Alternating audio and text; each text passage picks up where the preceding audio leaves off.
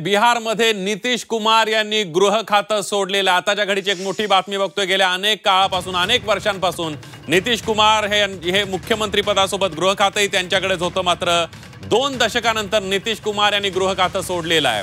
भाजपच्या पारड्यात वजनदार खाती गेलेली आहेत। गृह, आरोग्य, रस्ते, बांधकाम त्याचबरोबर कृषी खातं भाजपकडे आहे। बिहार सरकारच्या मंत्रिमंडळाचा शपथविधी पार पडल्यानंतर आज दुसऱ्या दिवशी खाते वाटप जाहीर करण्यात आलंय। 2 दशकानंतर मुख्यमंत्री नितीश कुमार यांनी गृह खातं सोडलंय। उपमुख्यमंत्री सम्राट चौधरी यांच्याकडे या महत्त्वाच्या खात्याची जबाबदारी देण्यात आली आहे। भाजपच्या मंत्र्यांकडे अनेक मोठी खाती असल्याचं दिसून येतंय।